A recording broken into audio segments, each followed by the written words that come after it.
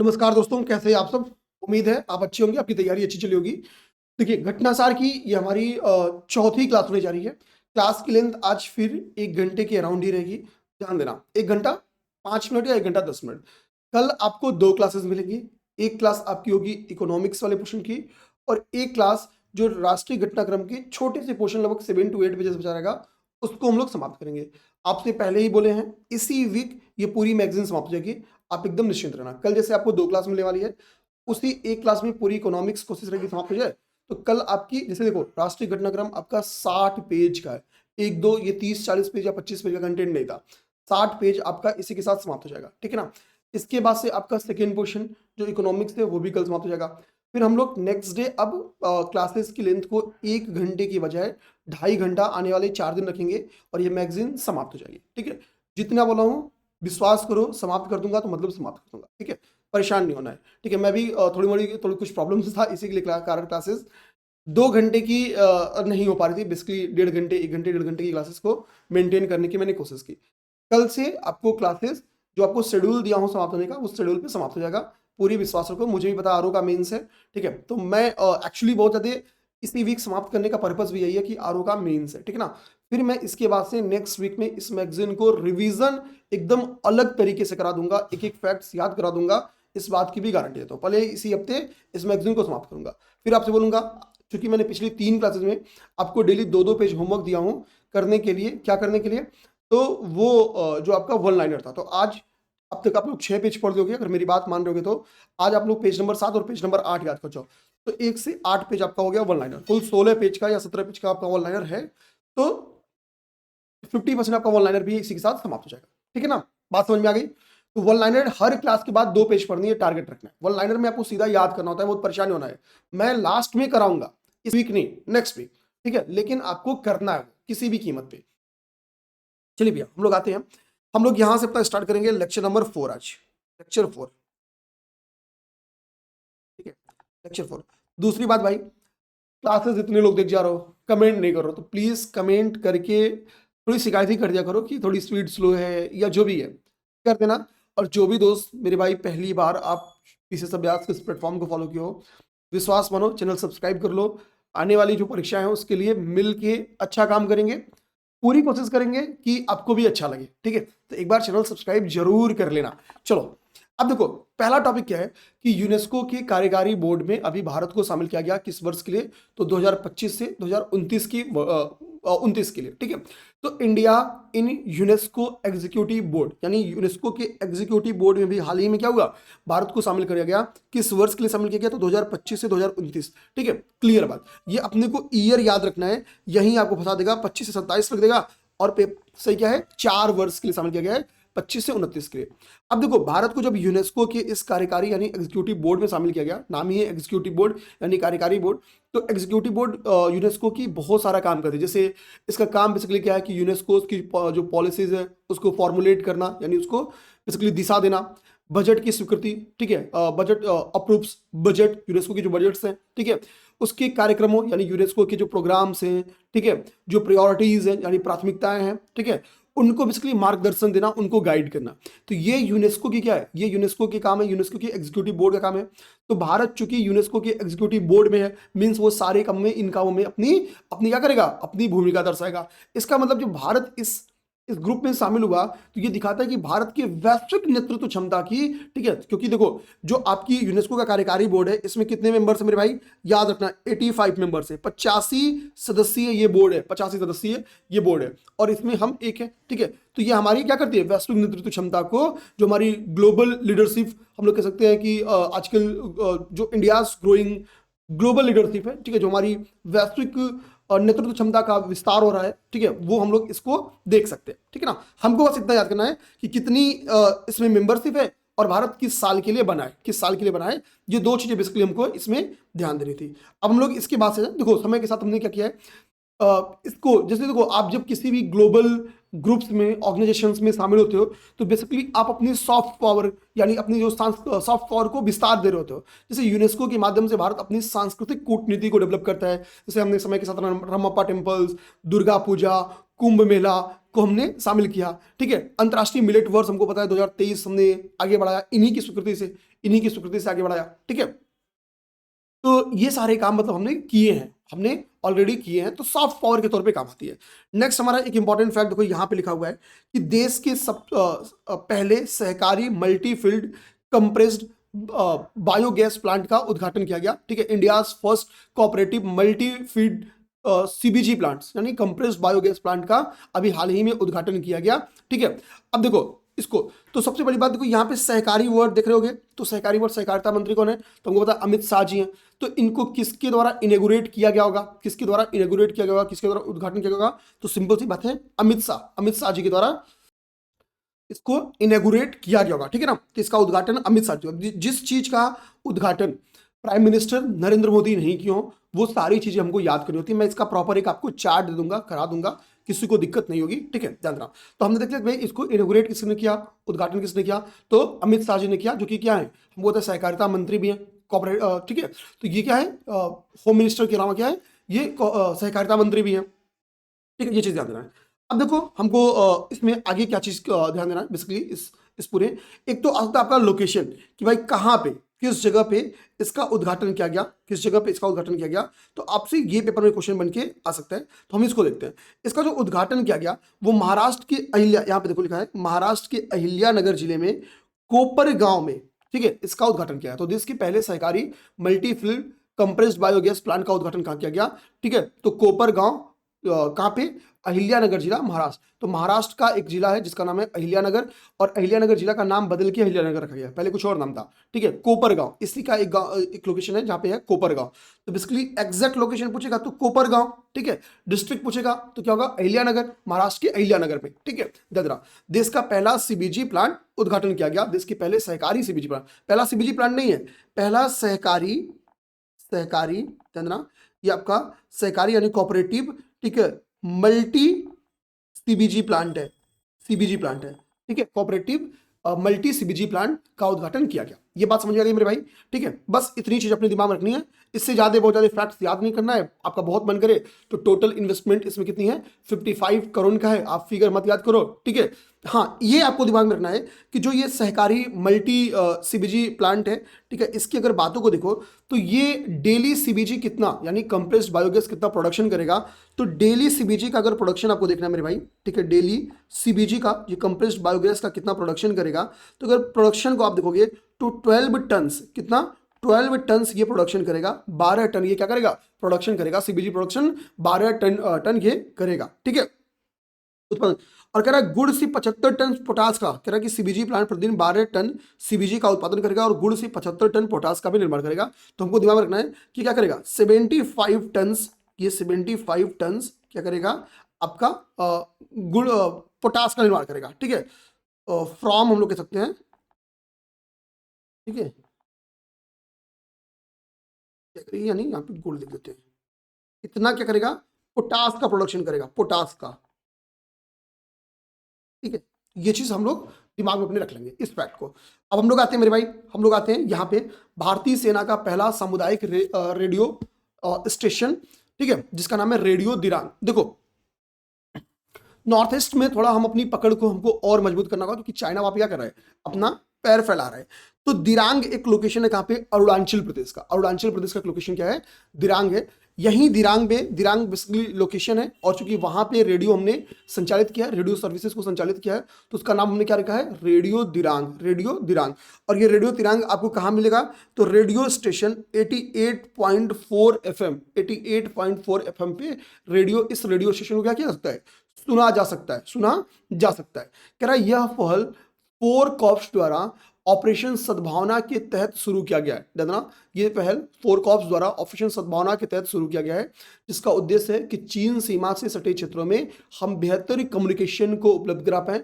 जो स्थानीय लोग हैं, जो लोकल मतलब पब्लिक है, ठीक है, और सेना है, उनके में एक ट्रस्ट किया जाए, बिल्डअप किया जाए। तो हमको दिमाग में रखना है, एक तो ठीक है पेपर में डायरेक्टली क्वेश्चन आएगा कि हाल ही में भारतीय सेना का पहला सामुदायिक रेडियो स्टेशन कहां संचालित किया गया, तो आंसर आएगा दिरांग, अरुणाचल प्रदेश के दिरांग में। या क्वेश्चन ये बन के सकता है कि भारतीय सेना का पहला सामुदायिक रेडियो स्टेशन जिसे हाल ही में संचालित किया गया, इसका नाम क्या है, तो रेडियो दिरांग, इसका नाम क्या होगा, रेडियो दिरांग। कहाँ पे सुना जा सकता है? तो 88.5 सॉरी 88.4 FM यहाँ पे लिख लो। ऐसे अपने अपने बुकलेट पे ऊपर ही कहीं क्या करना, लिख लेना है, ताकि शॉर्ट्स याद करना बड़ा आसान रहे। 88.4 FM, 88.4 FM मेरे भाई, ठीक है। ये हमको हमको ये सीधा सीधा याद कर जाना होगा, सीधा सीधा हमको ये याद कर जाना होगा। अब आ जाओ, भारत 2025-28 की अवधि के लिए सीए और पीओसी के लिए पुनः निर्वाचित हुआ। तो हमको सबसे पहले समझना होगा कि भाई सीए क्या है और पीओसी क्या है। तो देखो, सीए का मतलब यहाँ पे लिखा है काउंसिल ऑफ एडमिनिस्ट्रेशन। सीए का मतलब क्या है? Council of administration. और पीओसी का मतलब है postal operation council, postal operation council. तो भारत क्या है? अभी पुनः निर्वाचित हुआ। यहाँ पे देखो क्लियर लिखा है कि भारत पुनः निर्वाचित किया गया है, ठीक है। यानी सीए और पीओसी का भारत पहली बार सदस्य नहीं बन रहा है, ठीक है, इसके पहले भी सदस्य रह चुका है। ध्यान देना, किस अवधि के लिए? तो 2025 से 28। इसलिए मैंने बोला है कि आपको ऐसे इसका एक मैं चार्ट बनवा के आपको तैयार करा दूंगा, ठीक है। चार्ट हम लोग बना देंगे कि भारत किस किस ऑर्गेनाइजेशन में मेंबर्स बना है, किस टाइम पीरियड के बना है, ठीक है, या अध्यक्ष चुना गया तो किस टाइम पीरियड के लिए चुना गया है। ये चीज मैं आप लोग को रिवीजन करा दूंगा, परेशान नहीं होना भाई, ठीक है। अच्छा, किस अवसर पर भारत को इसका मेंबर चुना गया? किस अवसर पर भारत को मेंबर चुना गया, आपको ये जानना है। तो देखो लिखा है कि 28वीं यूनिवर्सल पोस्टल कांग्रेस का आयोजन किया जा रहा था, और इसी 28th यूनिवर्सल पोस्टल कांग्रेस के दौरान, ठीक है, इसी universal UPU universal postal congress के दौरान क्या किया गया? भारत को सीए और पीओसी का के लिए निर्वाचित किया गया।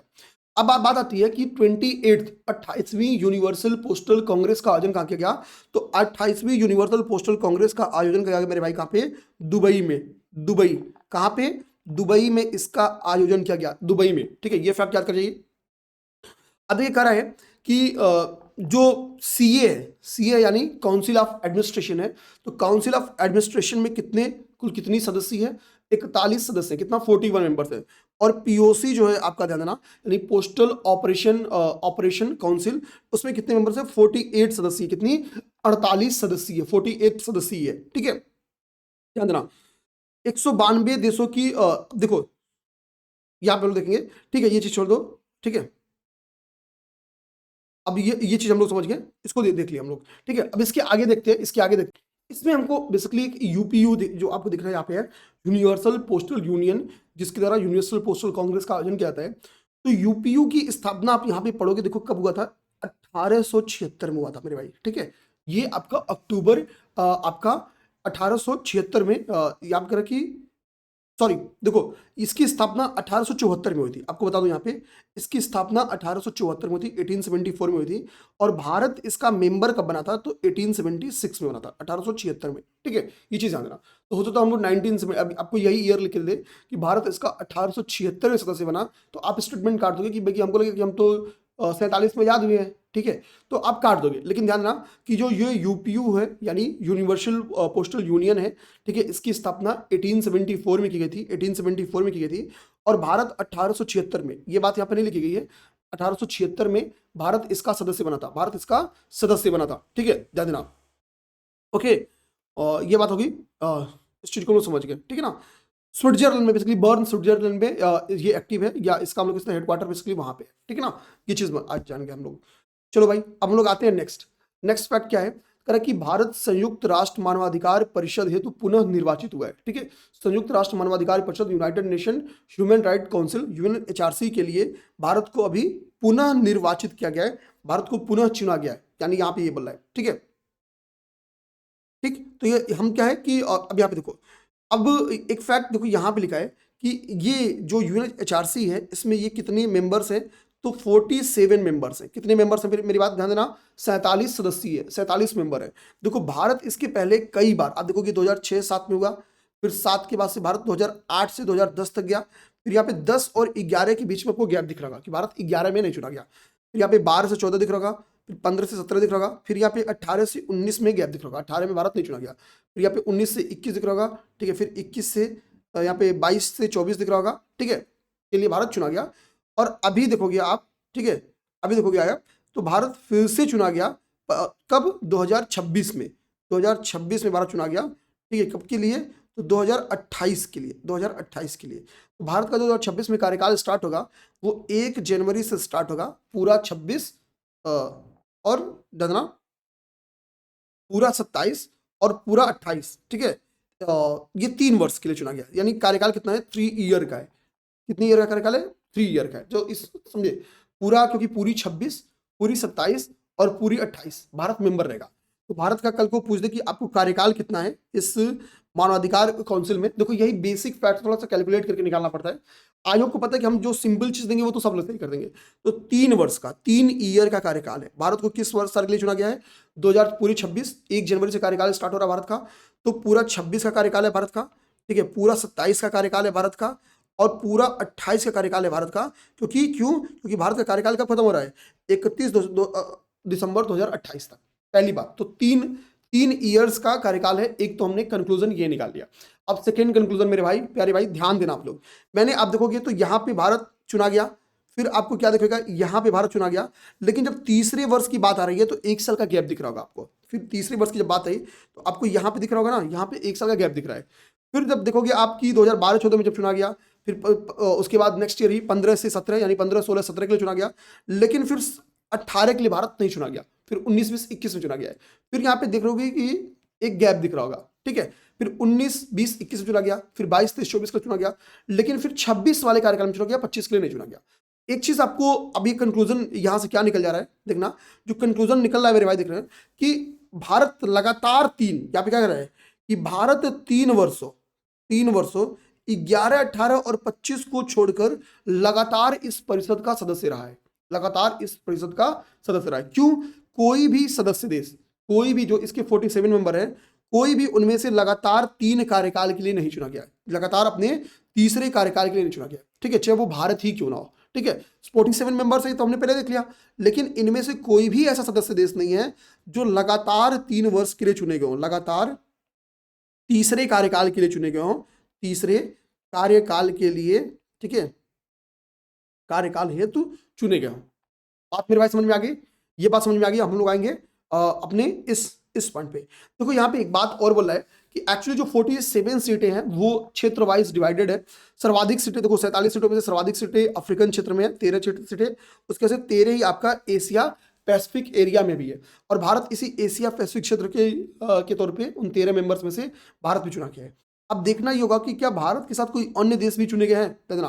तो 4 सीटों पर भी इलेक्शन हुआ था, तो ध्यान देना 4 सीटों पर इलेक्शन हुआ था, तो 1 सीट पे तो कौन चुन लिया गया भाई, एक तो हमारा भारत चुन लिया गया, भारत के साथ हमारा बगलगीर, ठीक है, पाकिस्तान भी चुना गया, भारत पाकिस्तान, ठीक है। इराक और वियतनाम, इराक चुना गया है, ठीक है, इराक चुना गया है, और वियतनाम भी चुना गया है, ध्यान देना वियतनाम चुना गया है। तो एक तो ये पेपर में क्वेश्चन बन के आ सकता है कि हाल ही में, ठीक है, यहाँ पे जानना कि पेपर आ सकता है क्वेश्चन कि हाल ही में संयुक्त राष्ट्र मानवाधिकार काउंसिल, ठीक है, UNHRC में कौन कौन से देश एशिया पैसिफिक क्षेत्र से चुने गए, तो भारत, पाकिस्तान, इराक और वियतनाम। ये फैक्ट याद रखना, भारत, पाकिस्तान, इराक, वियतनाम, ठीक है, ठीक है। IIPB India, Iraq, Pakistan, Vietnam, ठीक है, ये हमको याद रखना होगा, ठीक है। ये बात समझ आ गई। और बाकी कौन किस एरिया चुना गया ये हमारे लिए बहुत मतलब नहीं है, हमको बस एशिया पैसिफिक वाला याद करना, क्योंकि इसमें भारत का भी जुड़ा हुआ है, ठीक है, ओके। ये बात समझ गए भाई। अब हम लोग नेक्स्ट आते हैं, ध्यान देते हैं। कह रहा कि ब्रिटेन के प्रधानमंत्री का नाम क्या है, तो ब्रिटेन के प्रधानमंत्री का यहाँ पे आप नाम ध्यान से देखोगे तो लिखा है कीर स्टारमर। क्या नाम लिखा है, कीर स्टारमर। तो ब्रिटिश प्रधानमंत्री कीर स्टारमर अभी हाल ही में भारत की यात्रा पर हैं, और हमने ध्यान देना भारत की यात्रा पर हैं। इसके पहले मोदी जी भी ब्रिटेन गए थे, जुलाई में मोदी जी भी ब्रिटेन गए थे। तो जब जुलाई में मोदी जी ब्रिटेन गए थे, अगर आपको याद होगा तो हमने UPPCS के समय करंट अफेयर में पढ़ा था कि भारत और ब्रिटेन के बीच में एक CETA, ठीक है, CETA यानी हम लोग कहते हैं सीटा समझौता हुआ था, ठीक है। सीटा इसको बोलते हैं, CETA को सीटा समझौता हुआ था, ऐसे कहते हैं, सीटा समझौता हुआ था, ठीक है। तो क्वेश्चन कल को फिर बना के दे दे कि हाल ही में भारत ने किस देश के साथ सीटा एग्रीमेंट किया, तो सीटा का मतलब क्या, C से comprehensive economic and trade agreement, ठीक है, comprehensive economic and trade agreement किसने किया, भारत और ब्रिटेन ने किया। तो कल को मान लो कि आपको मेंस में भी हम लोग सीटा एग्रीमेंट का यूज कर सकते हैं। अभी हम जो एफटीएस किए वो हमारे लिए बहुत इंपॉर्टेंट है। तो बहुत सारी चीजें जो अभी हमने बायलैटरल जो हमारा ट्रेड्स बढ़ा रहे हैं ना, वो हमारे लिए बहुत इंपॉर्टेंट है कि हम ट्रम्प की टैरिफ बैरियर से कैसे बच रहे हैं। ठीक है, ध्यान देना। अब अच्छी समझ होगा कि भारत ब्रिटेन विजन 2035, ठीक है। आप देखो तो बेसिकली क्या है कि जो हमने सीटा समझौता किया था, ठीक है, और साथ ही साथ भारत और ब्रिटेन विजन 2035 यानी 2035 में भारत और ब्रिटेन का क्या एक विजन होगा बायलैटरल ट्रेड्स को लेके, इकोनॉमिक पार्टिसिपेशन को लेके, ठीक है, इसको लेके एक विजन तैयार किया 2035। इंडस्ट्रियल रोडमैप एक इंडस्ट्रियल रोड मैप अपनाया गया था। ये बेसिकली बात जो बोल रहा है वो जुलाई में हमने मोदी जी जब गए तो समझौता हुआ। तो बेसिकली क्या है, मोदी जी चाहते तो सीटा एग्रीमेंट करते हैं और भारत ब्रिटेन 2035 एक हम लोग कह सकते हैं एक दस्तावेज तैयार करते हैं, एक रोड मैप तैयार करते हैं। उसके बाद से क्या है भाई, जुलाई के बाद से हमने आमंत्रित किया कि भाई आप भी हमारे यहाँ आइए। तो स्टीव कार्मर, जो कीर स्टारमर है, स्टीव कार्मर बोला हूं, कीर स्टारमर है, कीर स्टारमर भारत आते हैं। और जब भारत आएंगे तो देखो बहुत प्यारी बात क्या है, ये 8 अक्टूबर को, जानना 8 अक्टूबर को, क्योंकि भाई बड़े देश हैं तो बड़े देशों का, संपन्न देशों का उनको विजिट भी याद करना होता है, ठीक है ना। तो 8 अक्टूबर को ये आए थे भारत। और जब ये भारत आए तो पहले ये क्या करते हैं भाई, मुंबई गए तो थोड़ा सा मुंबई घूमते हैं। तो मुंबई में अंधेरी में, ठीक है, यशराज फिल्म स्टूडियो जाते हैं, ठीक है, यशराज फिल्म स्टूडियो जाते हैं, उसका दौरा करते हैं और यशराज फिल्म स्टूडियो को लेके कुछ अनाउंसमेंट करते हैं, कुछ घोषणाएं करते हैं कि भाई आप यूके के विभिन्न स्थानों पर शूटिंग की जा सकती है। इन्होंने परमिशन दिया कि आप यूके के विभिन्न एरियाज में जाके जो YRKs हैं यानी यशराज फिल्म्स हैं वो शूटिंग्स कर सकती हैं, ठीक है। इसको लेके बेसिकली एक MOU भी साइन होता है, ठीक है, एक MOU भी साइन होता है, ठीक है। फिर मोदी जी से इनकी बेसिकली मुलाकात होती है, 9 अक्टूबर को मोदी जी से इनकी मुलाकात होती है राजभवन में।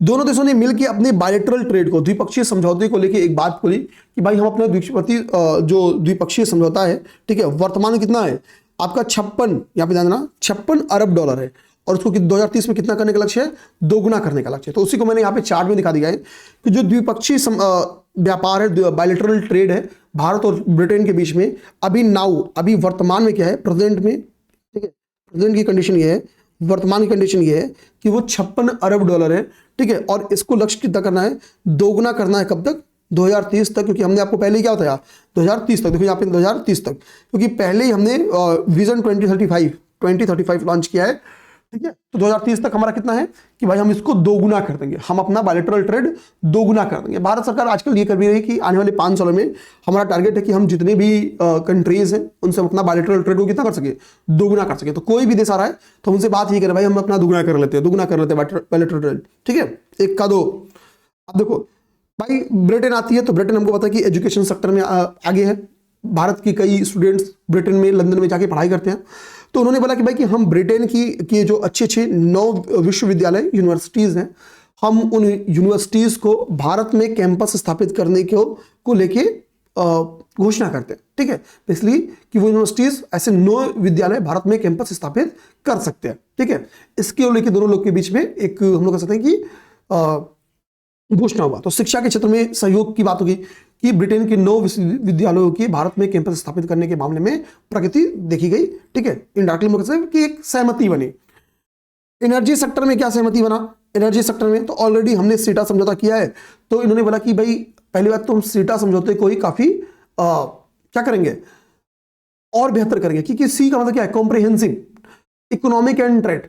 अच्छा यहाँ पे देखो क्या है, ब्रिटेन ने एक चीज और भी बोला है कि ब्रिटेन ने $350 मिलियन, ये रकम याद करना, डिफेंस रिलेटेड रकम है, ब्रिटेन से $350 मिलियन की बहुउद्देशीय मिसाइलें यानी पर्पज वाली जो मिसाइलें हैं उसको खरीदने के लिए भी समझौता हुआ है।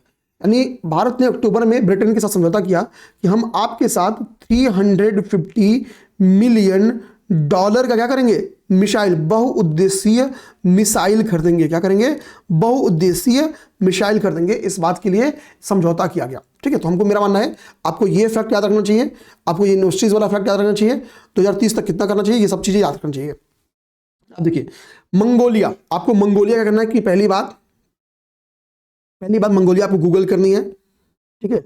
गूगल करके आपको देखना होगा कि मंगोलिया है कहां, ठीक है, ये चीज करना होगा आपको, ठीक है। मंगोलिया के राष्ट्रपति हैं, मंगोलिया के राष्ट्रपति का नाम है गुरेल सुख उखना, मंगोल, गोल गोल लोग क्या थे, वो सुखी होते हैं, ठीक है। तो गुरेल सुख उखना इनके राष्ट्रपति का नाम है। तो गुरेल सुख को लगा हम भारत की यात्रा करके आते हैं, ठीक है, वहां पे काफी सुख मिलेगा।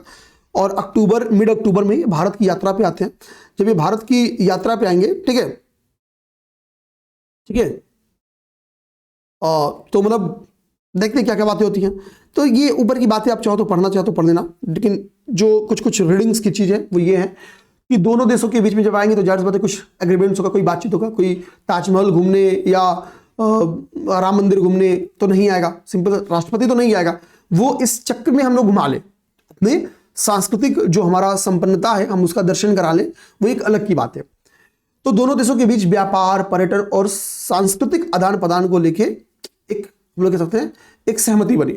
ट्रेड को लेके कि भाई हमारे यहाँ ट्रेड, टूरिज्म, कल्चरल जो हस्तांतरण है, ठीक है, उसको लेके एक समझौता हुआ। हमने बोला क्या कि भाई हम जो मंगोलियाई नागरिक हैं, जो मंगोलिया के रहने वाले लोग हैं, मंगोलियाई जो नागरिक हैं, हम उनको निःशुल्क ई वीजा प्रदान करेंगे। याद रखना, इसी निःशुल्क ई वीजा भी हमने किसको प्रदान करने की बात बोली, रसिया में भी बोली थी, रसिया को, ठीक है, ध्यान देना, ठीक है। तो रसिया को भी हमने एक ई वीजा प्रदान करने की बात, निःशुल्क ई वीजा प्रदान करने की बात बोली थी, ठीक है। चल आइए भाई आगे देखते हैं। तो देखो मंगोलिया बेसिकली बौद्धिज्म को फॉलो करने वाले लोग हैं, तो यही हमारी सांस्कृतिक जुड़ाव का रीजन भी है। तो देखो लिखा भी क्या रहा है कि बौद्धिक एवं धार्मिक संबंधों को गहरा करने के लिए भगवान बुद्ध के दो शिष्यों सारीपुत्र और मोदगलायन, ठीक है, जानना ये दोनों लोग का नाम याद रखना, सारीपुत्र और मोदगल्यायन, ठीक है, सारीपुत्र और मोदगल्यायन, सारीपुत्र और मोदगल्यायन। तो यहां पे क्या है कि इन दोनों पुत्रों को, ठीक है, ये हुआ कि ये दोनों शिष्य थे, पुत्र नहीं, ये दोनों भगवान बुद्ध के शिष्य थे। तो इनके अवशेष हमारे यहाँ थे, ठीक है। तो हमने डिसाइड किया कि हम मंगोलिया भेजने का एक घोषणा की गई है। तो ये यही एक इंपॉर्टेंट फैक्ट है जो पेपर में आ सकता है, ठीक है, ध्यान रखना। तो बेसिकली हमने क्या, सारीपुत्र और मोदगल्यायन के जो अवशेष हैं उसको मंगोलिया भेज देंगे। हम होता है कि फिर वो लोग स्तूपास का निर्माण करके एक धार्मिक जो हम लोग लाइक अ टेम्पल, ठीक है, स्तूपास का क्या होते हैं, स्तूप की पूजा की जाती है, क्योंकि ये पवित्र आत्माएं हैं, ठीक है, ये पवित्र जो हमारे बोधिसत्व हैं, या हम लोग कह सकते हैं कि, ठीक है, उनकी अवशेष हैं। तो सिंपल से कि इन फ्यूचर स्तूपास या बौद्ध मंदिरों का निर्माण करके, ठीक है, होगा, तो दोनों ही देशों के बीच में कल्चरल कनेक्टिविटी को बढ़ावा मिलेगा। अब आगे देखेंगे, ठीक है, यहां पे बात इंपॉर्टेंट बोली गई है, ये फैक्ट पहले तो 99% चांस है कि यही क्वेश्चन बन के आ जाए, सारीपुत्र और मोदगल्यायन वाला। अब देखो कह रहा है कि भारत सरकार ने बोला है कि हम 1.7 अरब डॉलर का लाइन ऑफ क्रेडिट पर बेस्ड करना वित्त पोषित, यहाँ पे हम अब चूंकि पूरी लड़ाई किसकी है, तेल रिफाइनरी की है। तो मंगोलिया में एक्चुअली तेल के सोर्सेज हैं, ठीक है, तेल रिफाइनरीज हैं। तो हम सिंपली सी बात है कि हमारे लिए वो एक संभावनाएं हैं, हमारे लिए एक अपॉर्चुनिटी है। हमने बोला कि 1.7 अरब डॉलर के line of credit based Mongolia की पहली तेल रिफाइनरी 2028 तक प्रारंभ होने की संभावना व्यक्त की गई है, ठीक है। भारत द्वारा ये वित्त पोषित है, भारत द्वारा वित्त पोषित है, ठीक है। तो भाई मंगोलिया में है, हमारे लिए भी इंटरेस्ट है, ठीक है। भारत की विश्व में सबसे बड़ी डेवलपमेंटल पार्टनरशिप परियोजना ये भारत की किसी भी देश में की गई सबसे बड़ी डेवलपमेंटल पार्टनरशिप परियोजना है। कितना है, 1.7 अरब डॉलर, 1.7 अरब डॉलर, ठीक है। भारतीय वायुसेना की तीसरी सबसे बड़ी शक्तिशाली वायुसेना, मतलब भारतीय वायुसेना को वर्ल्ड की तीसरी सबसे बड़ी या सबसे शक्तिशाली वायुसेना कही गई है। देखो जब हम तीसरी बड़ी वायुसेना की बात करते हैं तो अभी चाइना को हमने पीछे छोड़ के हम तीसरी सबसे शक्तिशाली, देखो शक्तिशाली और बड़ी के बीच में डिफरेंस है। आपको ये लग रहा होगा कि भारत की वायुसेना सबसे बड़ी होगी मतलब किसी को पछाड़ के आगे होगी, तो बड़ी और शक्तिशाली में डिफरेंस है, समझ लो बात को, अभी दिखाता हूं आपको, ठीक है। ये बहुत इंपॉर्टेंट फैक्ट है, ठीक है। यहां पे क्या कह रहा है कि जिस अंतरराष्ट्रीय एजेंसी ने इस बात की घोषणा की है उसका नाम है world directory of modern military aircraft. World directory of modern military aircraft की ये रिपोर्ट है कि भारतीय वायुसेना, इंडियन एयरफोर्स अब अमेरिका और रूस की वायुसेनाओं के पश्चात विश्व की तीसरी सबसे बड़ी या सबसे बड़ी नहीं, फिर गलत बोलते रहा हूं, सबसे शक्तिशाली वायुसेना है। ध्यान देना, यानी क्या है कि आपका सबसे बड़ी सबसे शक्तिशाली वायुसेना किसकी होगी? अमेरिका की, तो ये तो अभी हमने देखा भी, ठीक है। उसके बाद से वायुसेना सबसे शक्तिशाली किसकी है? रसा की। और इन दो के बाद से भारत की अगली तीसरी किसकी है? भारत की सबसे शक्तिशाली वायुसेना है, ठीक है, शक्तिशाली वायुसेना है। अब देखो हमने क्या है, चाइना को पछाड़ दिया इस रिपोर्ट के अकॉर्डिंग, यानी world directory of modern military aircraft report के अकॉर्डिंग हमने चाइना को पीछे करके हम तीसरी जगह पे आ गए। चाइना के पीछे होने के पीछे का रीजन क्या है? देखो चाइना के पास नो डाउट कि हमसे ज्यादा ही फाइटर जेट्स हैं, ठीक है, भारत के पास फाइटर जेट्स क्या है? कम है, लेकिन हम फिर आगे क्यों आए हैं? रीजन ये है करा कि भारतीय वायुसेना की ताकत, उनकी आधुनिक ट्रेनिंग्स, उनकी मॉडर्न ट्रेनिंग्स, उनकी क्विक जो रिस्पॉन्सेज है यानी तेज प्रतिक्रियाएं हैं, सटीक हमला जो है, ठीक है, उसकी वजह से, इसकी वजह से, यानी बेसिकली जो हमारी क्षमता है, क्षमता का मतलब लड़ाकू विमान ही केवल नहीं होता है, हमारी जो ट्रेनिंग्स है, हमारी रिस्पॉन्स जो टाइमिंग है, हमारी जो सटीकनेस है कि हम जिस टारगेट को टारगेट किए उसको हिट कर लें, तो सटीक हमलों के कारण हमने चाइना को पछाड़ के हम वर्ल्ड की तीसरी सबसे शक्तिशाली वायुसेना बन गए हैं। हमसे ज्यादा शक्तिशाली कौन है? तो अमेरिका और रसा है, अमेरिका और रसा है, ठीक है, ठीक है। तो यहाँ पे एक बात बोल रहा है कि ये जो रैंकिंग तैयार की गई है किसके द्वारा? ठीक है, world directory of modern military aircraft के द्वारा, ठीक है, एयरक्राफ्ट के द्वारा, ठीक है, ठीक है। तो ये रैंकिंग लड़ाकू विमानों की संख्या ही नहीं बल्कि लड़ाकू रक्षा क्षमता, जो लॉजिस्टिक सपोर्ट है, ट्रेनिंग्स है, इक्विपमेंट्स हैं, उनकी क्या आधुनिक तकनीकी का यूज किया जा रहा है, इसके बेस तैयार किया गया है, ठीक है। अब देखो यहाँ पे बेसिकली यहाँ पे एक रेटिंग्स की बात बोला है जिसको कह रहा है ट्रू वॉल रेटिंग, ठीक है, ट्रू वॉल रेटिंग। तो उस संस्था ने ट्रू वॉल रेटिंग जारी किया जिसमें सर्वाधिक रेटिंग किसको मिला है? कितना? 242.9, ठीक है, 242.9। और रसा को कितना मिला है? 114.2। अब इसी संदर्भ की रसा से दोगुनी ज्यादा शक्तिशाली किसकी? अमेरिका की वायुसेना, अमेरिका की वायुसेना। तो भारतीय वायुसेना की अभी कितनी है? भारतीय वायुसेना की जो रेटिंग दी गई है, ट्रू वॉल रेटिंग दी गई है, वो 69.4, ठीक है। तो ये हमारे लिए इंपॉर्टेंट हो सकता है, ये रेटिंग्स, ट्रू वॉल रेटिंग भी हमारे लिए इंपॉर्टेंट हो सकता है, हो सकता है, हमारे लिए इंपॉर्टेंट है। अब देखिए मॉरिशस के प्रधानमंत्री का नाम क्या है? डॉक्टर नवीन चंद्र राम गुलाम। तो डॉक्टर नवीन चंद्र राम गुलाम भारत की राजकीय यात्रा पे हैं, ठीक है। जब ये राजकीय यात्रा पे आते हैं तो हम इनको वाराणसी घुमाते हैं। वाराणसी में ही एक ताज होटल है, इन ताज होटल में ही मोदी जी और मॉरिशस के जो प्रधानमंत्री हैं डॉक्टर नवीन चंद्र राम गुलाम, इन दोनों लोग की बातें होंगी, मीटिंग्स होंगी, ठीक है। इसमें भाई मॉरिशस हमको क्या दे सकता है? हमको बेसिकली मॉरिशस को ही देना है, ठीक है।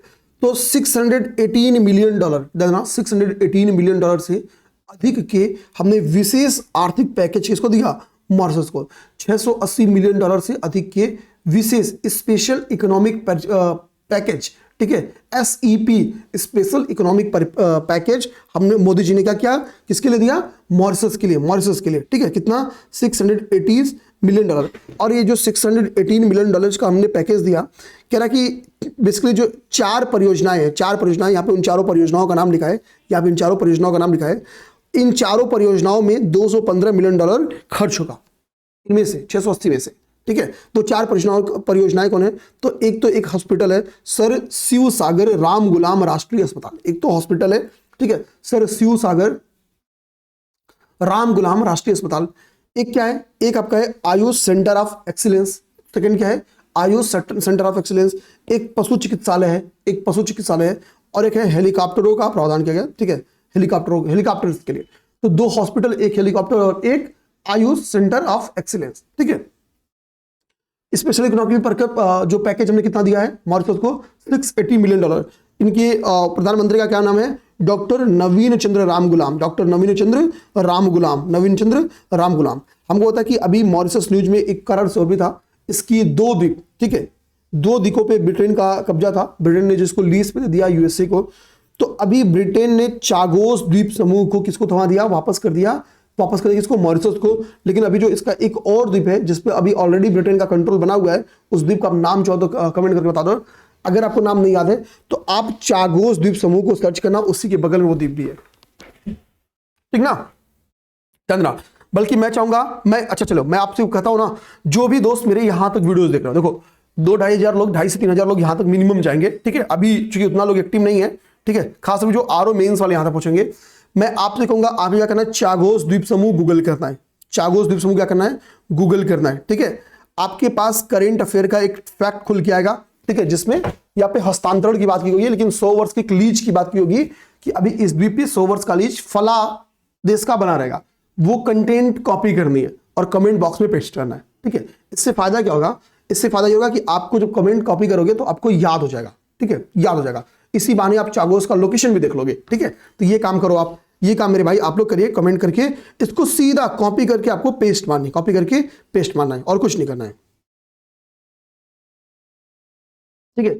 यहां पे देखो, ये देखो यहां पे मॉरिशस में 17.5 मेगावाट का एक सोलर फ्लोटिंग प्लांट की स्थापना को लेके भी हमने समझौता किया है, ठीक है। कितना, 17.5 मेगावाट के सोलर फ्लोटिंग प्लांट। देखो भारत में भी सबसे बड़ा सोलर फ्लोटिंग प्लांट लगाया गया, जो कि लगातार करंट में था, उसके एक चरण का भी शुभारंभ किया गया, ठीक है, जिसकी वजह से न्यूज में था एक साल। ये भारत का जो सोलर फ्लोटिंग प्लांट है वो अक्सर न्यूज में रहता है। खैर अभी ये जो फ्लोटिंग सोलर प्लांट है हम मॉरिशस में लगाने के लिए बात कर रहे हैं। भारत 2025 में भारत के शीर्ष 10 परोपकारी, देखो हमको पता है कि जो आर्थिक गैप है वो ज्यादा है। दुनिया के भारत के 1% लोग लगभग 60% प्रॉपर्टीज पे हक जमाए हुए हैं, ठीक है। लेकिन देखो कहा जाता है, गांधी जी कहते हैं कि भाई सबके पास कमाने का स्किल नहीं होता है, कमाने का स्किल कुछ लोग के पास होता है, तो आप कमाने दो। लेकिन वो कहते हैं भाई कि कमाने वालों से भी आप परोपकारी बनो। जो नहीं कमा रहे हैं या जो गरीब हैं, जिनके पास अपॉर्चुनिटीज कम है, आप उनके लिए कुछ तो दो, ठीक है। तो अभी एक लिस्ट जारी की गई जिसको कहा जाता है, कहा गया इडल गिव हुरून इंडिया परोपकारी सूची, ना इडल गिव हुरून इंडिया परोपकारी सूची, ठीक है। इसकी यहाँ पे इंग्लिश लिखी गई देख लीजिएगा, ठीक है। ये लिस्ट क्या करती है, भारत के परोपकारियों की लिस्ट जारी करती है और कहती है कि लगभग 191 परोपकारियों की लिस्ट जारी की, कितना 191। और कहा गया कि इन लोगों ने मिलके 10,380 करोड़ का दान दिया, कितना 10,380 करोड़ का दान दिया। तो हमारे लिए क्या रखना, 10,380 हमारे लिए इंपॉर्टेंट है, 10,380 करोड़ का इन्होंने दान दिया, ओके। अब देखो ये जो लिस्ट है, जो टॉप 10 दान करने वाले लोग हैं, कितना 10,380 करोड़ का दान दिया। ये फिगर आपको याद रखना है, 10,380 करोड़, 10,380 करोड़। अब सोचो, ठीक है, अब किसी को लग रहा है भाई हम ही को 1 करोड़ दे होते तो 10,380 लोग करोड़पति बन गए होते, ठीक है। चलिए आते हैं यहाँ पे, देखो सबसे ज्यादा जो रुपए दान दिए वो HCL हेड जो है, Shiv Nadar and family. Shiv Nadar and family हमको पता है शिवनादर फाउंडेशन है, उस फाउंडेशन के तहत इन्होंने फाइनेंशियल ईयर 2025 में 2708 करोड़ रुपए का दान दिया, कितना 2708 करोड़ रुपए, 2708 करोड़ रुपए का दान दिया, ठीक है। और पिछले 5 वर्षों में 10,000 करोड़ से अधिक का दान दे चुके हैं। 2708 करोड़ रुपया इस बार इन्होंने दान दिया, 2708 करोड़ रुपया, ठीक है। ये हो गए, ये भाई सबसे बड़े दानवीर है। आगे देखिए, इसके बाद से मुकेश अंबानी एंड फैमिलीज की बारी आती है, फिर बजाज फैमिलीज की बारी आती है।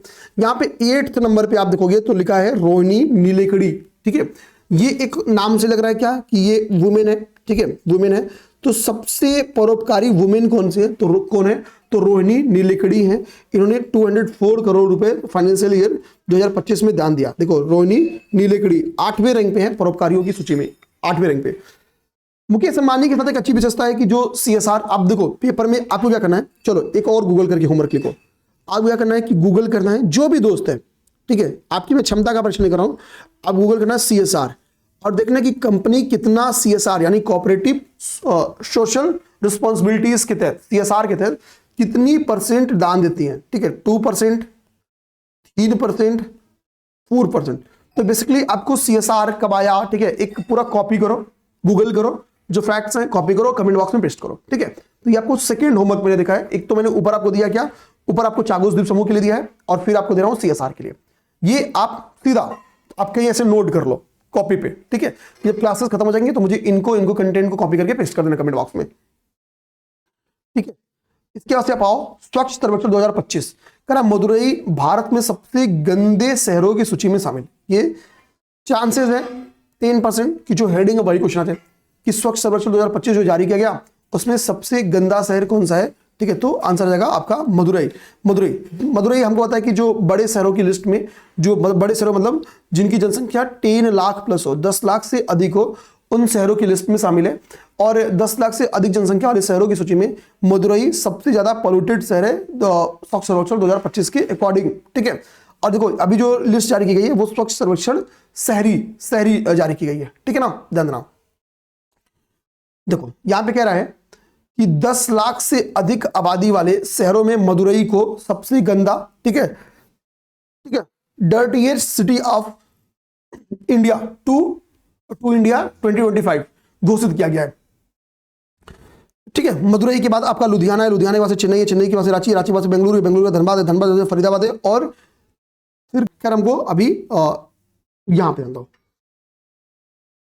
कह रहा है कि बेसिकली ये सर्वेक्षण जो शहरी सर्वेक्षण जारी किया गया किसके द्वारा जारी किया गया, तो महुआ अर्थात जो मिनिस्ट्री ऑफ हाउस एंड, ठीक है, अर्बन जो अफेयर है, हम लोग कह सकते हैं कि आवास एवं शहरी कार्य मंत्रालय के द्वारा बेसिकली महुआ के द्वारा इसको जारी किया गया। तो किसके द्वारा जारी किया जाता है, तो आवास एवं शहरी कार्य मंत्रालय के द्वारा यह रिपोर्ट जारी किया जाता है। बेसिकली इसमें शहर है, तो शहरों की समस्या कितनी बार अर्बन प्रॉब्लम्स के ऊपर क्वेश्चन बन के आता है। तो अर्बन शहरों में क्या प्रॉब्लम है, सॉलिड वेस्ट मैनेजमेंट की प्रॉब्लम है कि भाई हर घर से कचरा, हर गली से कचरा, हर मोहल्ले से कचरा निकल रहा है, लेकिन कैसे उसका मैनेजमेंट हो रहा है, सॉलिड वेस्ट का कैसे मैनेजमेंट हो रहा है। तो ना सॉलिड वेस्ट को एक पॉलिथीन में रखो और जो लिक्विड सेमी लिक्विड टाइप के वेस्ट है उनको एक दूसरे बॉक्स में रखने के लिए बोला जाता है। तो कैसे, पहली बात तो इन वेस्ट को अलग करना, ठीक है, और फिर उसको रिप्रोसेस करना, तो सॉलिड वेस्ट मैनेजमेंट एक दिक्कत है, ठीक है।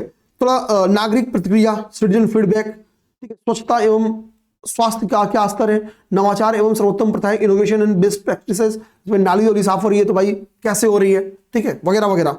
लगभग 4000 यूएलबीज का इसमें क्या किया गया, रिपोर्टिंग किया गया, कितना 4000 से अधिक यूएलबीज को की आंकड़ा को जुटाया गया और इसी बेस ये रैंकिंग तैयार की गई। छोटे शहरों में देखो कह रहा है कि छोटे शहर जैसे फॉर एग्जांपल इंदौर हमेशा से हमको पता कि टॉप पे रहता है, तो इंदौर, सूरत, नवी मुंबई इन्होंने अच्छा परफॉर्मेंस किया, छोटे शहरों में टॉप पे बने हुए हैं, ठीक है। बेंगलुरु के बारे में एक बात यहां पे बोल रहा है कि बेंगलुरु सिटी को हम लोग गार्डन सिटी के नाम से जानते हैं, बेंगलुरु सिटी को हम लोग गार्डन सिटी के नाम से जानते हैं। और यहां पे आपको अनियंत्रित कचरा निपटान, ठीक है, अनकंट्रोल्ड जो कचरा निपटान है उसकी दिक्कत देखने को मिल रही है, लैंडफिल्स भरे हुए हैं, नालियां जाम है, ठीक है, यानी कल को अर्बन फ्लड्स की समस्या हमको देखने को मिल सकती है बेंगलुरु में। ये सारी बातें बोल रहा है, कह रहा है कि सर्वेक्षण में इंदौर, सूरत और नवी मुंबई को सुपर सर्वेक्षण लीग में, सुपर स्वच्छ लीग में शामिल किया गया है। हमें पहले भी था सुपर स्वच्छ लीग, पिछले साल हमने स्टार्ट किया है और इस साल में 24 और 25 में। तो कह रहा है कि सर्वेक्षण में इंदौर, सूरत और नवी मुंबई को सुपर स्वच्छ लीग में स्थान मिला है। सुपर स्वच्छ लीग किसको, इंदौर, सूरत और नवी मुंबई को, इंदौर, सूरत और नवी मुंबई को। आगे कह रहा है कि स्वच्छ वायु रैंकिंग 2025 इसको देखते हैं। तो एनसीएपी के द्वारा इसको जारी किया गया, एनसीएपी के द्वारा इसको जारी किया गया, ठीक है। इसमें कह रहा है, इस रैंकिंग में कह रहा है कि वायु प्रदूषण को नियंत्रित करने में मध्य प्रदेश का इंदौर, देवास और महाराष्ट्र का अमरावती शीर्ष प्रदर्शनकर्ता उभरे हैं। तो जिन्होंने मतलब शीर्ष वायु प्रदूषण के मामले में, ठीक है, स्वच्छ वायु प्रदूषण को लेके, स्वच्छ वायु को लेके रैंकिंग में टॉप रैंक में कौन है, इंदौर है, उसके बाद से मध्य प्रदेश का ही देवास है और उसके बाद से अमरावती है, महाराष्ट्र का अमरावती है। तो ये शीर्ष प्रदर्शन, ठीक है, हाई परफॉर्मर ये है, ठीक है। ये रैंकिंग कह रहा कि हम 3 श्रेणियों की बेस तैयार करेंगे, एक उनकी जिनकी जनसंख्या 10 लाख प्लस है, एक उनकी जो 3 लाख से 10 लाख के बीच में, एक उनकी जिनकी जनसंख्या 3 लाख से कम है। कह रहे जब हम लोग बात करेंगे 10 लाख से अधिक जनसंख्या वाले शहरों में, तो इंदौर रैंक 1 पे है, इंदौर रैंक 1 पे है, ठीक है। देखो अब जो रैंक 1 पे है, जो रैंक 1 पे है, ठीक है, उसे कह रहा है कि जब पहले स्थान वालों को हमने क्या किया, इस दौरान, इस रैंकिंग के दौरान 1.5 करोड़ रुपए की नकद राशि भी दी, 1.5 करोड़ रुपए की, बड़े शहरों में जो रैंक 1 पे है उनको 1.5 करोड़ रुपए की नकद राशि प्रदान की गई, ठीक है, की राशि मिली। जबलपुर मध्य प्रदेश का, उसके वहां से क्या स्थान है, सेकंड नंबर रैंक पे, इंदौर के वहां से जबलपुर मध्य प्रदेश का है, ठीक है, जबलपुर मध्य प्रदेश का है, ठीक है। उसे कह रहा है कि 1 करोड़ की राशि दी गई, उसे 1 करोड़ की राशि दी गई, ठीक है। और आगे जाएंगे तो आपका उत्तर प्रदेश का आगरा एवं गुजरात का सूरत, ये ज्वाइंट रूप में है। यानी जो 10 लाखी शहर है, याद ना, जो 10 लाखी शहर है, तो 10 लाखी शहरों में क्या देखने को मिला है, 10 लाखी शहरों की जो टॉप 3 परफॉर्मर्स हैं, उसमें पहले नंबर पे इंदौर है, दूसरे नंबर पे जबलपुर है, और तीसरे रैंक पे आपका आगरा और सूरत है। ठीक है, 10 लाखी में। तो 10 लाख में क्या है, पहले नंबर पे इंदौर, दूसरे पे आपका जबलपुर, और तीसरे पे आगरा और सूरत। तो 10 लाखी शहरों में शीर्ष स्वच्छ वायु सर्वेक्षण में ये है। तो चूंकि थर्ड रैंक पे आगरा और सूरत ज्वाइंट रूप में है, तो एक तो क्या है, यूपीपीएससी इसी को टारगेट कर दे, पता चले इसी को टारगेट करके यहीं से क्वेश्चन बना दे। ठीक है, उत्तर प्रदेश का आगरा और सूरत ये ज्वाइंट रूप से थे, इनको 50-50 लाख रुपए का, ठीक है, ज्वाइंट रूप में चूंकि इनाम की राशि बट गई, ठीक है, दिया गया। जबलपुर को कितना मिला, 1 करोड़ रुपए मिला इनाम की राशि, और इंदौर को 1.5 करोड़ का इनाम राशि मिला। अब बात आती है सेकेंड ग्रुप जो है, जो 3 लाख से 10 लाख जनसंख्या वाले हैं। तो 3 लाख से 10 लाख जनसंख्या में महाराष्ट्र के अमरावती को पहला स्थान मिला। फिर उत्तर प्रदेश के जाना झांसी और मुरादाबाद, इसमें सेकेंड जो ग्रुप्स है उसमें यूपी के 2 हैं। मैं यहाँ पे यूपी वाले को एक बार फिर से रिवीजन करा दूंगा, ठीक है, निश्चिंत रहना। तो यानी क्या है, आगरा का नाम आ गया, आगरा का नाम आ गया, और यहाँ पे झांसी का नाम आ गया, झांसी का नाम आ गया, मुरादाबाद का नाम आया। अब यहीं पे देखो एक होमवर्क दूंगा आपको फिर से, ठीक है, मुरादाबाद का नाम आ गया, ठीक है।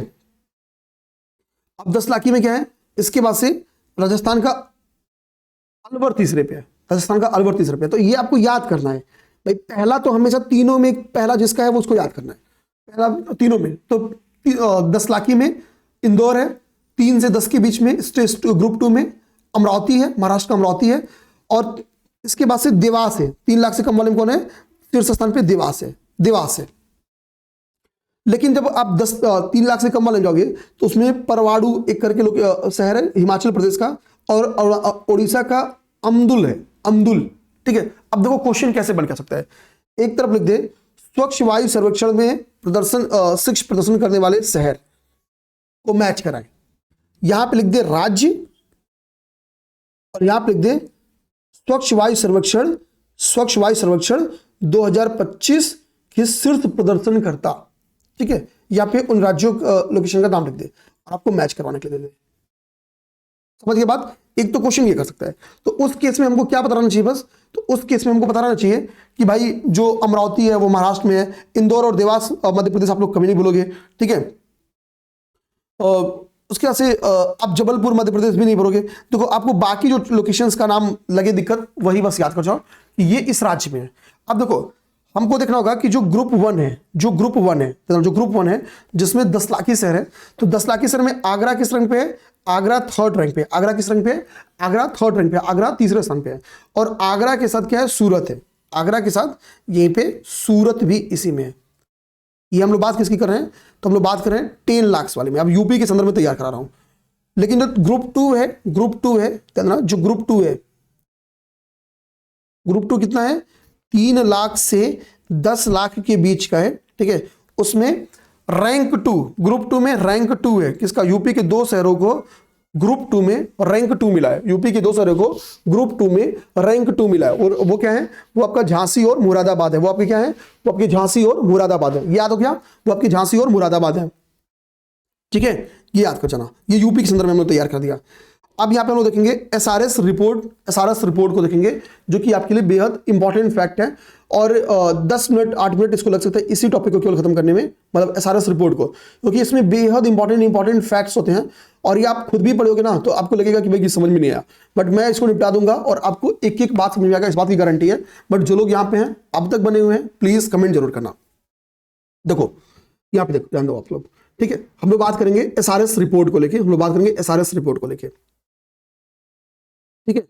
हम देखो, तो एसआरएस रिपोर्ट में पहली बात आपको बता दूं क्या क्या चीजें बताई जाती हैं एसआरएस रिपोर्ट में, आपको नॉर्मली किन किन चीजों के बारे में। तो एसआरएस रिपोर्ट में आपको शिशु मृत्यु दर, जिसको हम लोग IMR कहते हैं, IMR यानी इन्फेंट मोर्टालिटी रेट, ठीक है, ध्यान देना, इन्फेंट मोर्टालिटी रेट, ठीक है, यानी शिशु मृत्यु दर के बारे में जानकारी मिलती है, IMR के बारे में जानकारी मिलती है कि भाई वर्तमान में, जैसे इसने क्या किया, इस रिपोर्ट में क्या किया गया है कि पिछले 1 दशक पहले, अर्थात जैसे मान लो इसमें 2023 का डाटा दिया गया है, 2023 का स्टडी किया गया है, तो 23 के 10 साल पहले जाओ तो 13, 2013 से 23 की तुलना की गई है।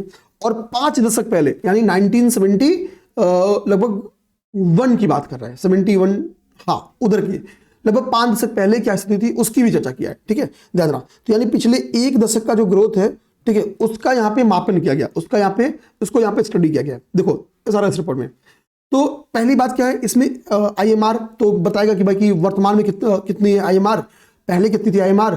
सबसे अधिक IMR यानी इन्फेंट मोर्टालिटी रेट वाले राज्य कौन से हैं, सबसे कम IMR वाले राज्य कौन से हैं, ग्रामीण और शहर में क्या अंतर है यही बताएगा। सबसे कम वाले राज्य, सबसे अधिक वाले राज्य, और शहर और गांव में क्या अंतर है ये बताएगा।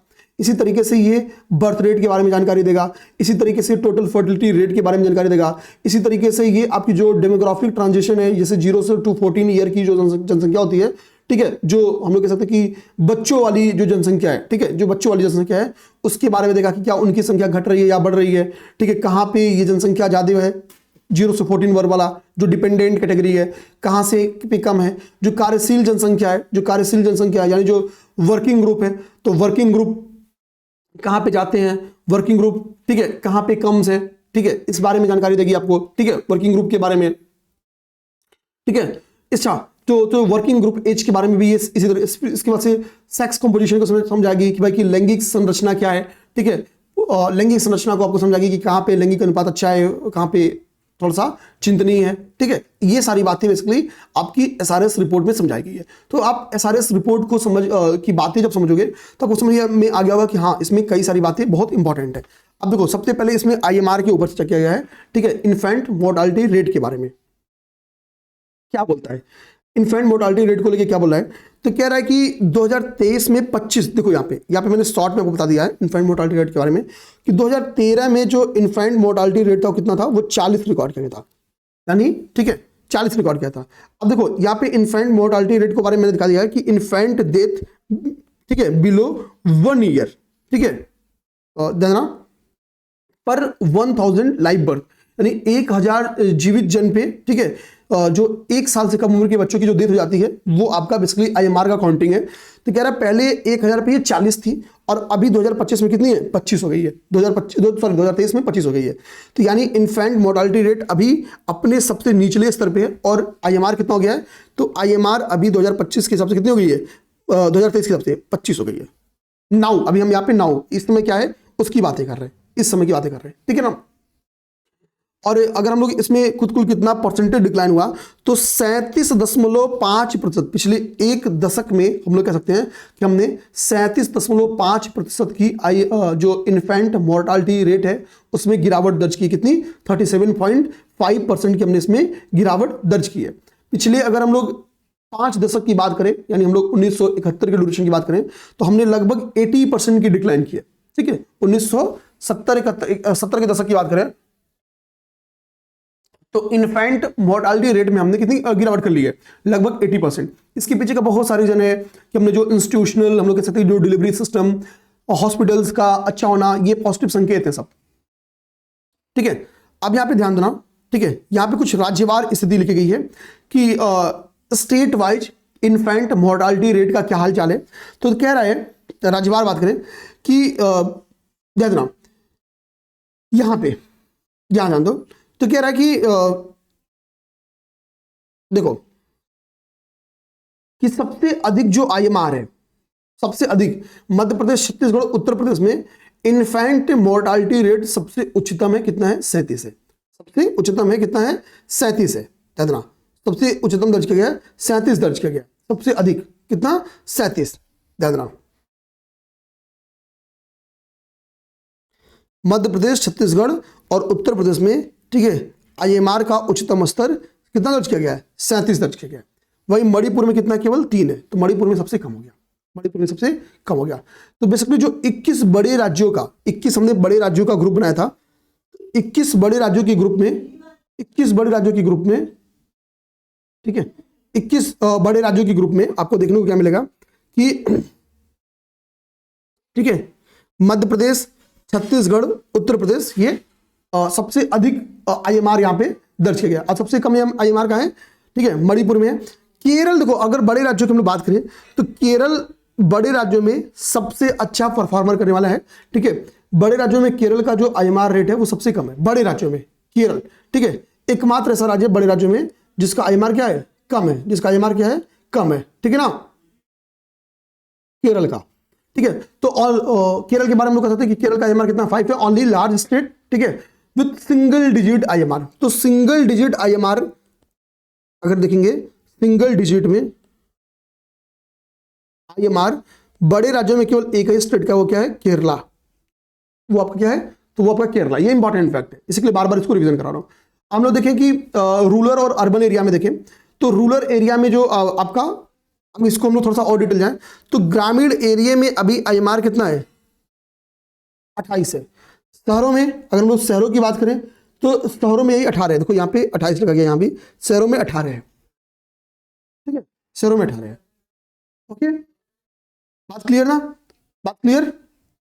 अब देखो यहाँ पे हम लोग आगे देखते हैं, हम लोग बर्थ रेट को देखें। हमको अब बोलो कि सर ऊपर क्या याद करें, तो वर्तमान में कितना है, बड़े राज्यों का कितना है, छोटे राज्यों का कितना है, सबसे कम कहां पे, ये कहां पे, यही बस याद करो।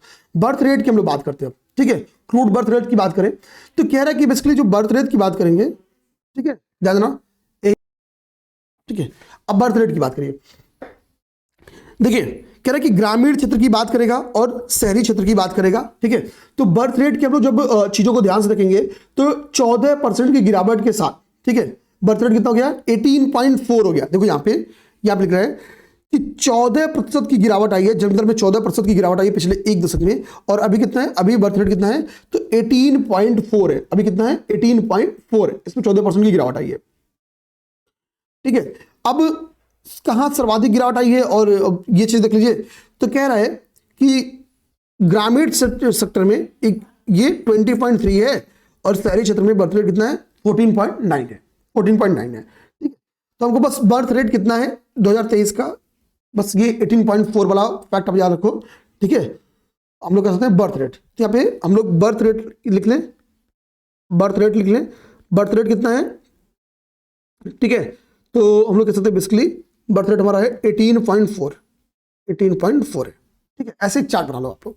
अब लोग बर्थ रेट के बाद से हम लोग आगे की बात करें, हम लोग, ठीक है।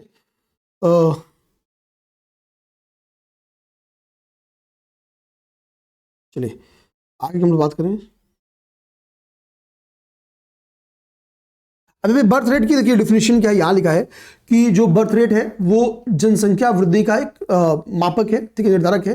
तो किसी क्षेत्र और वर्ष में प्रति 1000 जनसंख्या पे जीवित नवजातों की संख्या जो होती है, ठीक है, वो आपकी बर्थ रेट है, ठीक है ना। देखो अब सबसे ज्यादा बर्थ रेट कहां पे है, तो बर्थ रेट जो हाईएस्ट है वो बिहार में है, कितना है, 25.8। ये बीपीएससी में रख लिया सकता है क्वेश्चन, बीपीएससी में।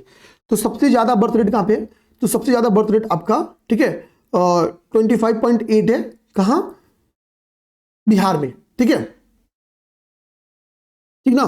तो बर्थ रेट का सिंपल डिफिनेशन क्या हो गया कि प्रति 1000 जनसंख्या पर जीवित जन्म, ये आपका बर्थ रेट हो गया, ठीक है, प्रति 1000 जनसंख्या पे जीवित जन्म, ये आपका बर्थ रेट हो गया, ठीक है। और एक वर्ष की आयु में प्रति 1000 बच्चों की मृत्यु, ये आपका आईएमआर हो गया, इन्फेंट मोर्टालिटी रेट हो गया, ठीक है। बर्थ रेट कितना है, सबसे सर्वाधिक कहां का है, तो बिहार का है 25.8, और सबसे कम कहां गया, तो अंडमान निकोबार द्वीप समूह का है, अंडमान निकोबार द्वीप समूह का है 10.1, ठीक है।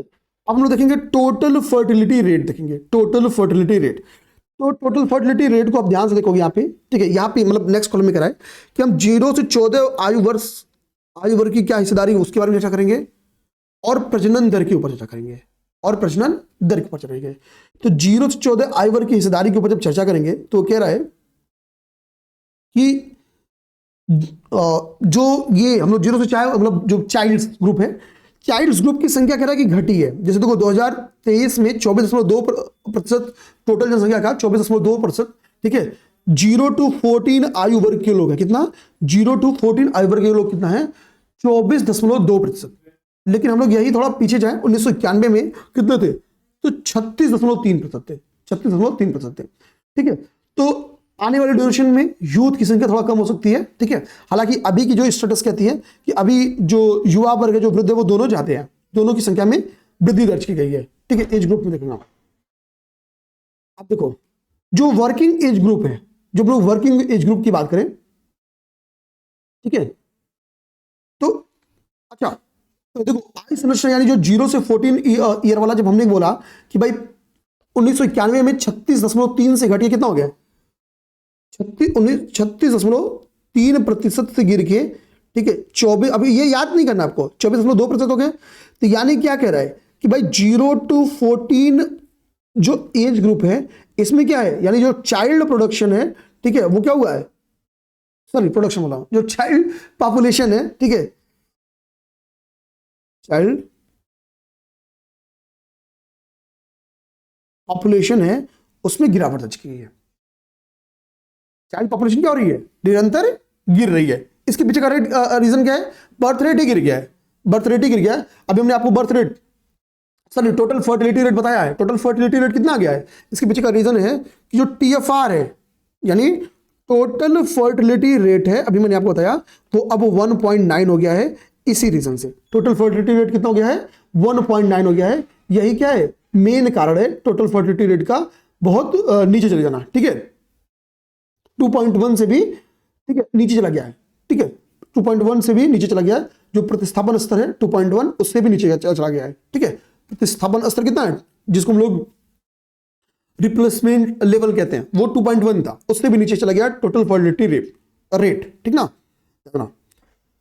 अब एक चीज समझो यहाँ पे, अगर हम लोग देखेंगे कि जैसे मैंने आपसे बोला कि जब हम लोग 0 to 14 वर्ग का तो देख लिए, उसके बाद 0 to 14 जैसे आप पार करते हो, तो 15 ईयर से लेके 59 ईयर का जो ग्रुप होता है, 15 ईयर से लेके 59 ईयर का जो ग्रुप होता है, उस ग्रुप को हम लोग कहते हैं वर्किंग एज ग्रुप। 15 ईयर से लेके 59 ईयर के बीच का जो एज ग्रुप होता है, उसको हम लोग क्या कहते हैं, उसको हम लोग कहते हैं वर्किंग एज ग्रुप। तो वर्किंग एज ग्रुप में हमको क्या देखने को मिला मेरे भाई, वर्किंग एज ग्रुप में क्या देखने को मिला है कि वर्किंग एज ग्रुप की संख्या में वृद्धि देखने को मिली है, ठीक है। आखिर बार अगर हम लोग ओवरऑल ऑल इंडिया लेवल पे देखें तो इंक्रीजिंग शेयर्स, मतलब एज ग्रुप में वृद्धि, इसमें ग्रोथ देखने को मिली है। वर्किंग एज ग्रुप में क्या देखने को मिली है, वृद्धि देखने को मिली है। सर देखो अब हम लोग बात करेंगे, यहां पे बात करेंगे, देखो कह रहा है कि आर्थिक रूप से सक्रिय जो 15 to 59 ईयर का एज ग्रुप है, यानी जो वर्किंग एज ग्रुप है, वो सबसे कम क्या है, बिहार में सबसे कम है, कितना, 60.1%। तो 60.1% के साथ बिहार में क्या है, बिहार में जो कार्यशील जनसंख्या वो सबसे कम है, सबसे कम है, लोवेस्ट है। वही राजस्थान की बात करेंगे, ये आप देखो, वही राजस्थान की बात करेंगे, ठीक है। तो यहां क्या दिख रहा है, 63.4% दिख रहा है, ठीक है। यहाँ पे सबसे कम की बात कर रहा है, यहाँ पे सबसे कम की बात कर रहा है कि भाई कहाँ पे कम है, सबसे कम की कहाँ पे है, बिहार में है, बिहार में। अब यहीं पे इसको यहाँ पे क्लियर लिख देना चाहिए कि जहाँ पे सर्वाधिक है उनका परसेंटेज ये है। अब ये क्लियर लिखा नहीं है, तो आई थिंक ये दिखाना चाह रहा है कि राजस्थान का 63.4% है, मीन्स ये दिखाना चाह रहा है कि राजस्थान में जो वर्किंग एज ग्रुप है वो हाईएस्ट है, ठीक है, हाईएस्ट है, ठीक है ना। ये आई थिंक यही दिखाना चाह रहा है, यहाँ पे क्लियर नहीं लिखा है, ठीक है। इस बात को मैं और भी क्लियर कर दूंगा, बट अभी यहाँ पे क्लियर नहीं किया है, लेकिन मुझे लगता है यही दिखाना चाह रहा है कि राजस्थान में क्या है कि हाईएस्ट है 63.4। अभी थोड़ा लिखना चाहिए था और क्लियर, ठीक है, कि मतलब हाईएस्ट वर्किंग ग्रुप कहाँ पे है, सर्वाधिक मतलब 15 to 59 ईयर्स के बीच का जो एज ग्रुप है वो कहाँ पे है, ठीक है। खैर कोई नहीं, अब देखो यहाँ पे बात कर रहा है, ठीक है, कि कार्यशील आयु वर्ग की जो आबादी है, यानी जो वर्किंग एज ग्रुप है, शहर में ज्यादा है या गांव में। तो मान लो शहर में कह रहा है कि अगर 100 लोग रह रहे हैं शहर में, तो कह रहा है अगर शहर में 100 लोग रह रहे हैं, ठीक है, यहां पे, तो उसके 68.8% लोग क्या है, वर्किंग एज ग्रुप के, यानी 15 से 59 साल के बीच में है। लेकिन कह रहा है गांव में अगर 100 लोग रह रहे हैं, तो उसमें से केवल 64.6% लोग ही हैं जो 15 ईयर टू 59 ईयर के बीच में, क्योंकि युवा तो सारा भाग जाते कहां, शहर में काम करने। तो नो डाउट कि वर्किंग एज ग्रुप की प्रतिशतता के मामले में कौन आगे होगा, शहर आगे होगा, क्योंकि जवान सारे कहां पे भाग गए, शहर में। नौकरी भी लगती तो आधी लोग कहां लगती, सरकारी भी, शहर में। नौकरी वाले भाग, रिटायरमेंट के बाद भी कहां चले जाते हैं, शहर में। बच्चे भी उनकी शहर में ही रहते हैं। तो सिंपल सी बात है कि एज ग्रुप की प्रतिशतता में जाएंगे तो शहर का परसेंटेज ज्यादा है। अब देखो कह रहा जम्मू कश्मीर की बात करें, यहाँ पे एक स्पेशल फैक्ट लिखा है, ठीक है, जम्मू कश्मीर को लेके। तो कह रहा highest rural female working age group share कहां पे? जम्मू कश्मीर में। यानी जो कामकाजी आयु वर्ग है उसमें जो महिलाओं का अनुपात है, ठीक है, वो रूरल एरिया में कहां पे है, किस में ज्यादा है? तो रूरल एरिया में सर्वाधिक ज्यादा है जम्मू कश्मीर में। जम्मू कश्मीर में कामकाजी आयु वर्ग में ग्रामीण महिलाओं का अनुपात देश में सबसे अधिक है। यहाँ पे 70.1% इनका कंट्रीब्यूशन है। Highest rural female working age shares Jammu Kashmir में है 70.1%, ठीक है। लेकिन अगर अर्बन शेयर्स की बात करो, ठीक है, यहां पे, ठीक है, कह रहा है कि शहरी क्षेत्रों में असम शीर्ष पे है, ग्रामीण क्षेत्रों में कौन? जम्मू कश्मीर। और ठीक है, शहरी क्षेत्रों में जो वर्किंग एज ग्रुप की बात कर रहा है वो आपका कहां पे है? 72.4 के साथ। अब देखो, ठीक है,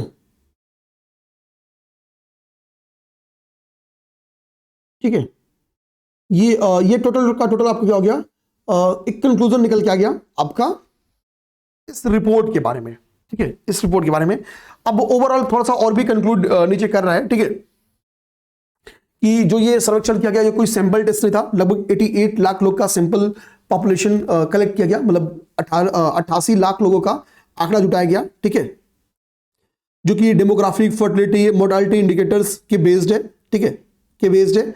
ये कहता कि जो मेल परसेंटेज है, मेल परसेंटेज है 0 to 14 ईयर के बीच में, वो इज ग्रेटर देन, ज्यादा है फीमेल के अकॉर्डिंग, सभी स्प्लिट की ओवरऑल की बात की जाए, ठीक है,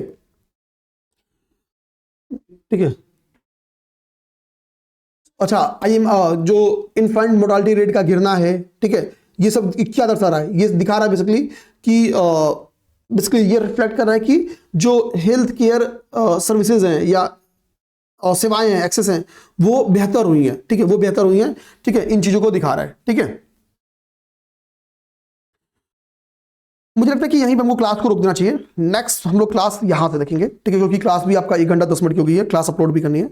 हम लोग कल इस पूरे टॉपिक को समाप्त कर देंगे लेक्चर 5 से। इस टॉपिक को हम लोग, तो मैंने रीडिंग तैयार कर लिया, कंटेंट ऐसी बात नहीं कंटेंट तैयार नहीं है, आप देख सकते हैं सब कंटेंट तैयार है, बट क्लास की लेंथ मुझे 1 घंटे 10 मिनट की रखनी है। कल की क्लास जो मैं इसको ना, कल की क्लास में इसको फाइनल करूंगा और इसकी लेंथ भी थोड़ी ज्यादा रहेगी। आई थिंक 2 घंटे तो मिनिमम रहेगा, क्योंकि कल मुझे इसे किसी भी कीमत पे समाप्त करना होगा, ठीक है ना। मिलते हैं नेक्स्ट क्लास में। जय हिंद। वीडियो अच्छी लगी तो प्लीज कमेंट बॉक्स में जाके मैसेज जरूर करना, और ये मत करना सर आज खत्म हो जाना चाहिए था, कल ही खत्म हो जाना चाहिए था। मैं इस वीक समाप्त कर दूंगा भाई, किसी भी कीमत पे, विश्वास मानो, ठीक है। जय हिंद।